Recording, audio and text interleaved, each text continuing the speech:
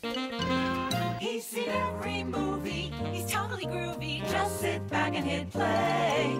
Cut! Here's Chuck the Movie Guy. I am Chuck the Movie Guy. Out in theaters is Kingsman, The Golden Circle. Eggsy's back, so is almost everyone else apparently, and I'll get to that in a moment. The headquarters of the Kingsman is destroyed along with almost every single Kingsman, and the world is held hostage with the new big bad Poppy, played wonderfully by Julianne Moore. Over the top, everything. She steals every scene she's in. Now Eggsy must join forces with the United States secret allied team, the Statesmen. Now, secret as in they had no idea they even existed. Eggsy's counterpart is played by Channing Tatum, codenamed Tequila. It's actually more of a cameo, actually. Sorry, ladies. The A-list cast, who's also joining this sequel, is Halle Berry, Jeff Bridges, and Elton John. Yes, I said Elton John. And of course, Colin Firth. I said Colin Firth, who died of a headshot in the last movie. Sorry, spoiler alert if you haven't seen the first one.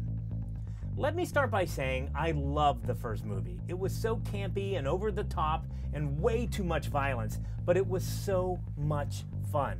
My expectations were extremely high, of course, and the movie opens up with this huge close-quarter fight scene with a previously bad guy who we all thought was dead in the previous movie. I found it nauseating to my eyes. My head seemed to be whipping back and forth just to try to keep up with the action. And it just kept getting worse from there.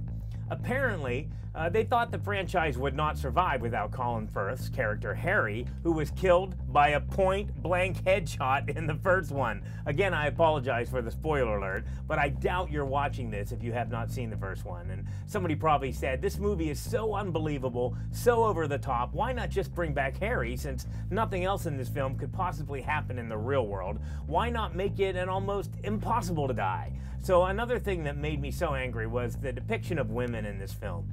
My jaw was on the floor time and time again. Starting from an unbelievable moment, they claimed that the only way to insert this tracking device thing on a female was to insert it into the membrane of, well, you figure it out yourself. And I guess the most advanced intelligent agency in the world never thought of using a needle, or maybe on the inside of the lips or the mouth.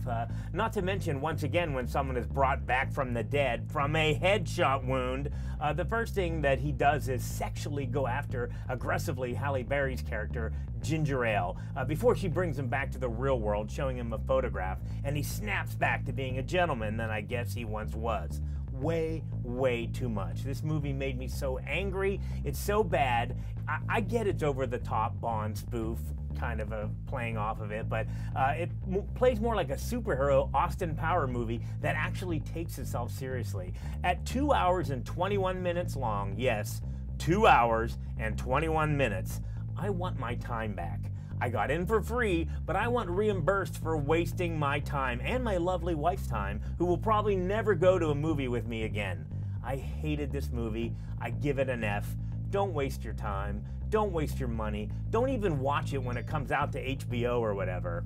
Now, of course, I would love to hear from you if you didn't take my advice and saw it. Let me know below. And as always, follow me on Twitter at Chuck Movie Guy. And for more reviews and previews, visit themovieguy.com.